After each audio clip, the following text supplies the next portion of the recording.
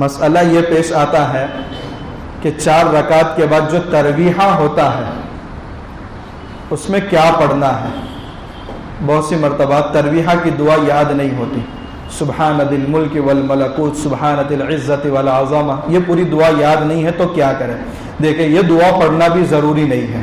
یاد ہے پڑھ لیجئے، یاد نہیں ہے تو آپ کو قرآن کی جو آیت یاد ہے وہ پڑھیں، یا استغفار کریں، یا درود شریف پڑھیں، یا ربنا آتنا فی الدنیا حسنہ، جو یاد ہے پڑھ سکتے ہیں.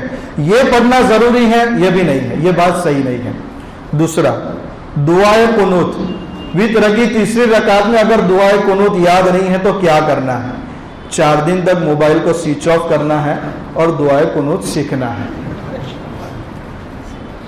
البتہ 4 دن تک کیا کریں گے؟ تو 4 دن تک ربنا آتنا فی الدنیا حسنہ پڑھ لے، باقی پوری زندگی یہ ربنا آتنا نہیں پڑھنا ہے. اللہ تعالی ہم سب کو ہماری قیام اللیل کو بھی قبول فرمائے اور ہمارے روزوں کو بھی قبول فرمائے. ہمارا کم سے کم کچھ نظام ہونا چاہیے رمضان کے تعلق سے. تہجد کے وقت میں جلدی بیدار ہو کر 4 رکعت تہجد کی پڑھ لے، مقبولیت دعا کا وقت ہوتا ہے.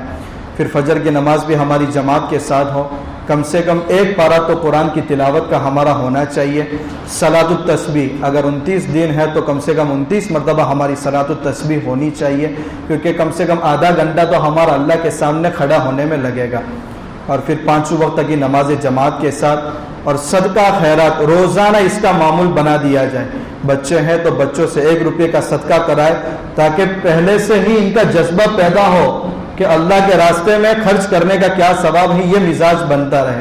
اور ہماری بھی ایک رقم متعین ہو کہ ہم روزانہ صدقہ جو بھی ہماری متعینہ رقم ہے اس حساب سے ہم صدقہ کریں. اللہ تبارک و تعالی ہم سب کو نیک اعمال کی توفیق عطا فرمائے. وآخر دعوانا الحمد للہ رب العالمین.